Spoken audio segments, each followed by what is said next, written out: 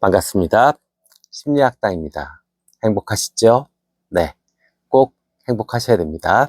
자, 우리 더욱더 행복하기 위해서요, 강박에 대해서 좀 알아보자고요. 자, 강박과 습관, 이거 딱 한 끗 차이입니다. 강박과 루틴, 딱 한 끗 차이입니다. 자, 가장 큰 기준이 뭘까요? 내 몸과 마음이 건강하고 타인과의 관계에서 문제가 없으면 이거는 루틴이 되고 성격이 되는 겁니다. 아, 그 사람 참 뭐 하고 난 다음에 손을 참 깨끗이 잘 씻더라. 이러면, 이 정도면 이건 루틴이고 성격이에요. 근데 그 사람 뭐만 하면 손을 씻어. 손이 완전 시뻘겋게 됐고 피부가 다 까졌던데. 그래가지고 막 로션도 바르고 약도 바르고 그러면서도 뭐만 하면 손을 계속 닦아. 그렇다면 이거는 강박이 되는 겁니다.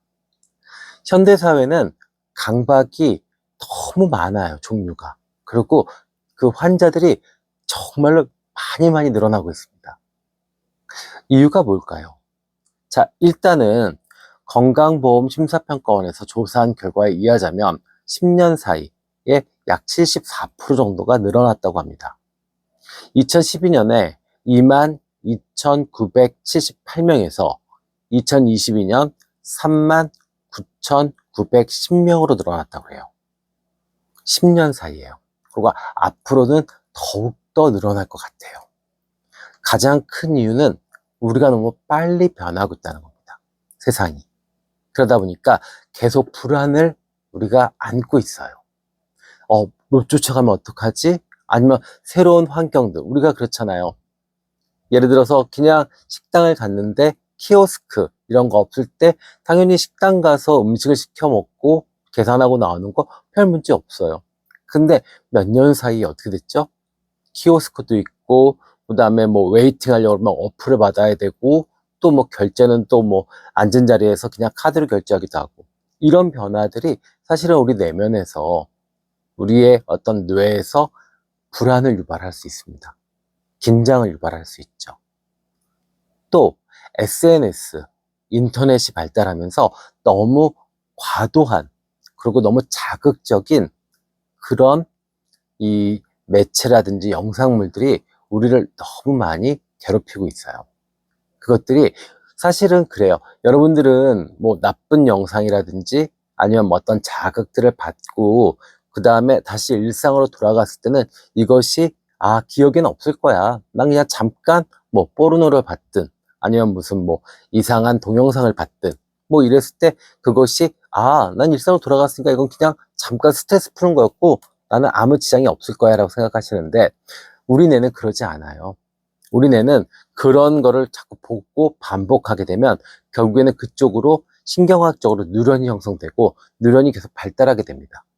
그래서 계속 내가 자동적으로 생각하지 않으려고 해도 생각이 날 수밖에 없는, 그러면 분명히 부적절하고 불쾌하고 불법적인 생각들이라고 그러면, 또 나의 안전을 해치는 생각이라고 그러면 우리는 그것을 막으려고 하겠죠. 그러다 보면 강박적 사고에서 강박적 행동으로 넘어가게 됩니다. 이게 가장 큰 원인 같아요. 물론 개별 뭐 신경학적 원인도 있을 수 있고 또 개별 어떤 뭐 사고, 인지의 문제도 있을 수 있지만 현대 사회에서 이 전체적으로 강박증이 늘어나고 있는 원인은 두 가지로 크게 볼 수 있을 것 같습니다. 자, 그러면 이 강박증은 좀 더 알아보자고요. 그러면 이 강박증은 어떤 거냐? 그러면 일단 강박사고와 강박행동이 결합된 것을 강박증이라고 합니다. 그러니까 내가 의지와의 상관없이, 내 의지와 상관없이 계속 생각이 떠올라요. 불쾌한 생각들이. 이것을 강박사고라고 합니다. 그것을 우리가 탁 꽂히죠. 우리는 사실은 그래요. 누구나 불쾌한 생각, 안 좋은 생각, 뭐 조금 혐오스러운 생각들이 자꾸 올라왔다 내려갔다 합니다. 그러면서 그냥 정화가 되고 또 일정한 항상성을 유지하는 과정을 거치게 돼요. 그것은 마음도 행동도 마찬가지죠. 근데 이 안에서 내가 내 쪽으로 계속 이렇게 이 의지와 상관없는 불쾌한 생각, 불법적이고 그 다음에 약간 안전을 위협하는 그런 생각들이 막 올라올 때 내가 어느 순간 이걸 탁 꽂혀요. 그러면 그 다음엔 어떻게 돼요? 이제 이게 발전되기 시작하죠.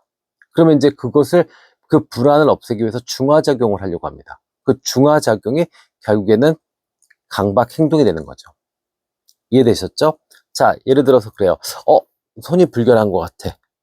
이것 때문에 계속 좀 내가 폐렴도 걸릴 수 있을 것 같고, 그 다음에 안 좋은 뭐 코로나나 아니면 뭐 안 좋은 유행병 같은 것이 걸릴 수 있을 것 같아. 누구나 그럴 수 있어요. 근데 그것이 내 안의 항상성이나 정화작용을 통해서 그냥 그러다가 쓱 사라져요. 근데 그거에 꽂히는 순간 어떻게 돼요? 계속 이제 불안감이 증폭되죠. 불안감이 증폭되면 어떻게 돼요? 그것을 중화하기 위해서 행동을 하게 됩니다. 그것을 강박행동이라고 그러죠. 예. 그래서 내가 이 멈추고 싶어도 멈추지 못하는 생각. 예. 그것이 결국에 강박적 사고가 되고, 또 그것으로 통해서 내가 불안을 진정시키기 위한 행동들이 강박적 행동이 되는 겁니다. 네. 그래서 결론적으로는 정상적인 생활이 어렵고, 그 다음에 신체적, 정신적으로 고통을 수반하게 되는 거죠. 크게 종류는 세 가지가 있습니다. 뭐, 우리가 일반적으로 얘기하는 뭐 수집 행동하는 것, 그 다음에 결벽증 청소하는 것, 그 다음에 미신적 행동하는 것, 이런 것은 이 전체적으로 보면 외현적 강박 행동형이고요. 일단은 순수한 그 강박 사고형이 있고, 그 다음에 두 번째는 내현형 강박 행동형이 있습니다. 또 마지막으로 외현형 강박 행동형이 있어요. 그러니까 순수한 강박 사고형은 그냥 그 강박 사고만 떠오르는 겁니다. 그리고 거기에 조금 꽂히는 거죠. 그랬다가 강박 행동으로 넘어가지 않습니다. 누구나 그럴 수 있잖아요. 예를 들어서 급하게 집에서 나왔어요. 근데 가스불을 안 잠근 것 같아. 그럴 수 있죠. 예, 근데 그러다가 아니야, 잠궜을 거야, 이러고 그냥 쓱 넘어간다면 이거는 이 강박 사고만 있는 거죠. 그런데 이제 여기서 행동을 한다라고 하면 외현형이 되는 거죠. 그리고 내현형은 우리가 그렇잖아요. 시험을 보거나 뭔가 아니면 조금 긴장을 하고 뭐 발표를 하거나 이럴 때 사실 기도를 하거나, 그죠? 아니면 뭐 숫자를 세거나 이럴 수 있죠. 이런 것들은 내현형 강박 행동형이라고 우리가 분류합니다. 그리고 외현형은 우리가 얘기했던 확인 행동을 하고, 그 다음에 미신적 행동들. 확인 행동은 아까 얘기했듯이 가스불 잠갔나 안 잠갔나 가서 다시 확인하는 거. 그 다음에 이 미신적 행동은 뭐 내가 그 큰 시험을 앞두고 팬티를 안 갈아입었더니 내 붙었어. 그럼 나 그냥 그 팬티 계속 입고 있을래. 예, 그게 뭐 2달이 되고 3달이 돼도 나는 안 불편해. 이런 식으로 생각하시는 분들 있을 수 있죠. 또, 계속 정돈해야지.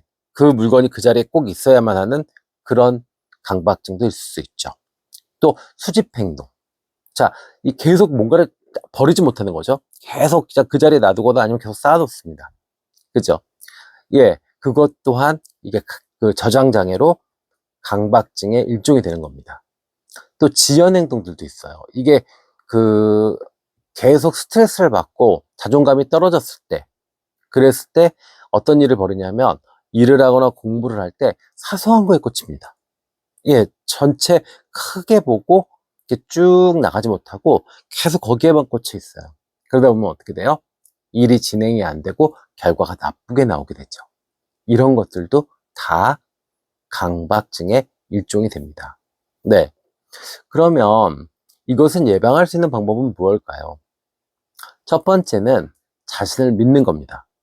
그리고 두 번째는 나만 그런 게 아니다라고 생각하셔야 됩니다. 일단은 자기 자신을 믿으셔야 돼요. 아, 내가 그렇게 바보가 아니고 내가 그렇게 약한 사람은 아니야. 네, 이렇게 생각을 하시면 좋고요. 또 두 번째는 나만 그런 건 아니야.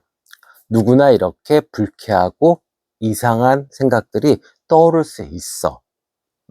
그러니까 그냥 흘려보내자. 이렇게 생각을 하셔야 됩니다. 내담자분 중에 한 분이 남성분이신데 우연치 않게 포르노를, 동성연애하는 포르노를 봤대요. 그래서 처음에는 호기심 어리게 보다가 껐대요.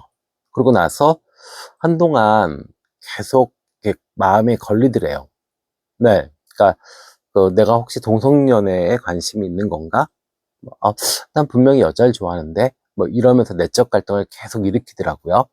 예, 그러고 난 다음에 저한테 오셨을 때는 말씀을 하신 게, 이 동성 간의 섹스에 더 흥분이 된다. 그러면 제가 문제가 있는 게 아닌가요? 라는 거였어요. 근데 이거는 사실은 누구나 그럴 수 있어요. 내가 동성연애에 기질이 있어서 그런 게 아니라 그런 이상하고 내가 겪지 못했던 자극을 받게 되면 더 놀랍고 더 신기하고 더 그럴 수 있죠.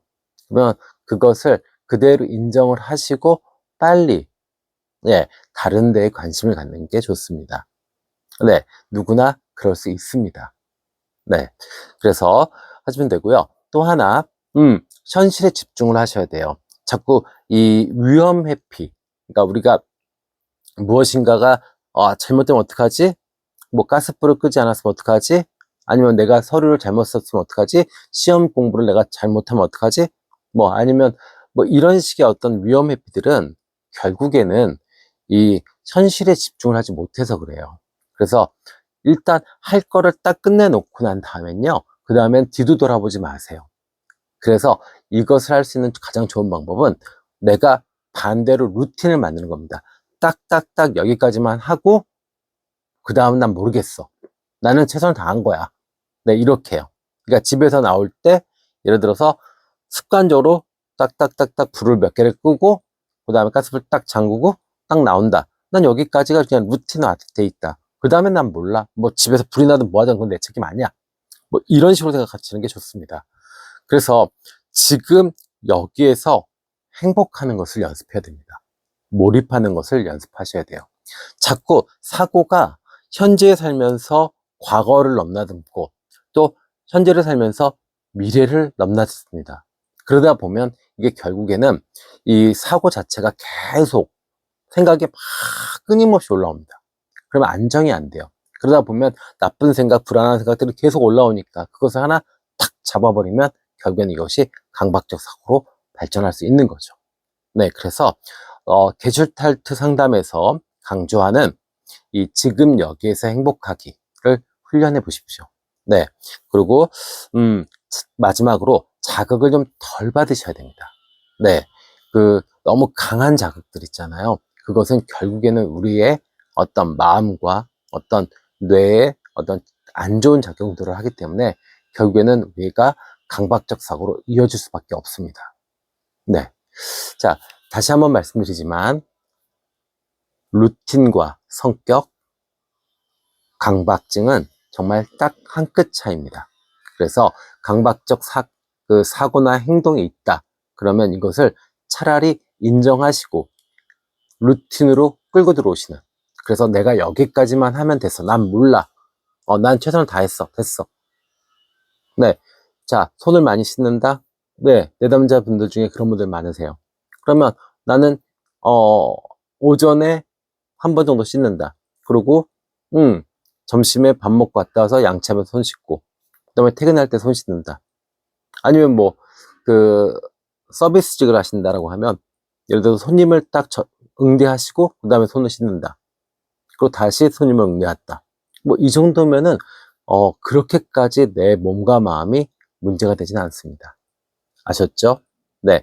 강박증이 요즘 많아서 오늘 이야기는 강박증에 대해서 준비해 봤습니다.